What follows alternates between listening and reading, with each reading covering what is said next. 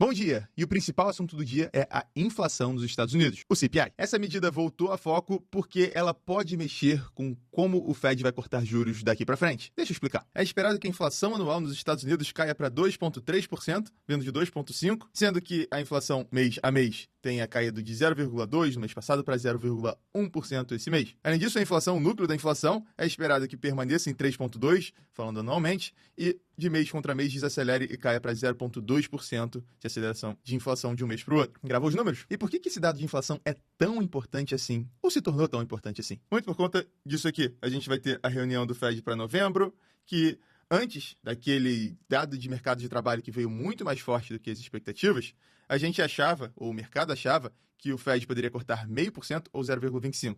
Depois, com um dado de trabalho muito forte, o mercado virou totalmente. A gente tem nos Estados Unidos 4,75% a 5% de taxa de juros nesse exato momento. As maiores apostas, 80% das apostas, é para corte de 0,25%. A gente tem essas apostas aqui do Fed não fazer nada e permanecer entre 4,75% e 5% já em 20%. Isso é um aumento da semana passada e antes daquele mercado de trabalho aquecido, isso aqui não estava nem em pauta, manter taxas de juros inalteradas na próxima reunião de novembro. Além disso, ontem a gente teve um crescimento aqui nessas apostas de manter taxas de juros inalteradas por conta da ata do Fed que mostrou membros divididos na última reunião entre cortar 0,5% ou cortar 0,25%. Então, os membros do Fed se mostraram na ata, não com muita pressa de fazer corte de juros acelerados. Então, se a gente tiver um dado de inflação superando as expectativas, bem provável que essas apostas de manter juros inalterados aumentem. Já que, nesse caso, não faria sentido seguir estimulando a economia via corte de juros por parte do Fed. Então, hoje, às 9h30, a gente tem esse dado de inflação, que é o mais importante do dia, com certeza, saindo nos Estados Unidos.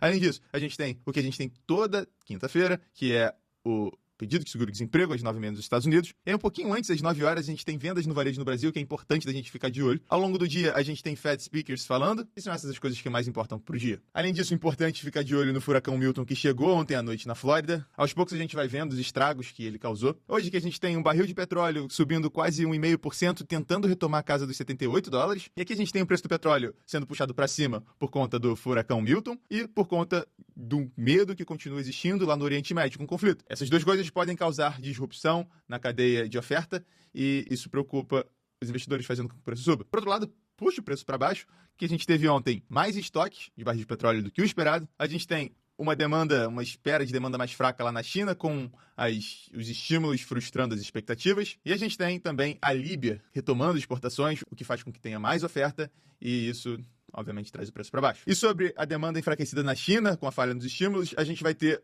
uma fala do ministro de Finanças da China no sábado, e o mercado começa a ficar bastante atento sobre será que ele vai fazer novos estímulos? Hoje que a gente tem o minério de ferro que cai 0,48 em Singapura, mas ali ainda na casa dos 104, quase $105. Hong Kong, que subiu quase 3%, uma volatilidade muito alta por lá, depois de cair quase 10 ontem. E na China a gente teve alta em alguns índices e queda em outros. O dólar DXY, dólar contra as principais moedas do mundo, quase chegando a $103, e contra as emergentes sem muita volatilidade e misto. Bitcoin rondando $61 mil.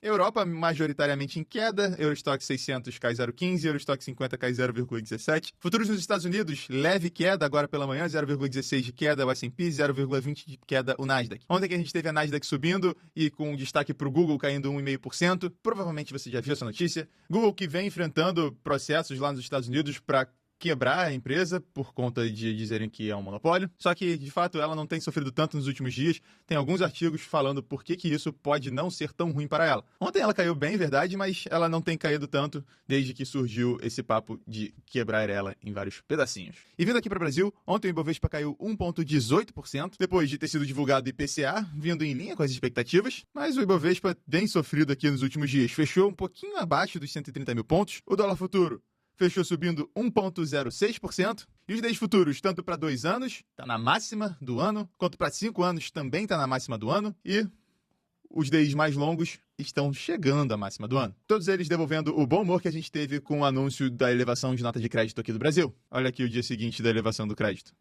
A partir dessa máxima do Ibovespa, já caímos mais de 3,5%. Isso tudo com o nosso prêmio de risco aumentando, com a falta de anúncios sobre melhorias fiscais no país. Por hoje é isso. Muito obrigado pela atenção, bons negócios e até amanhã.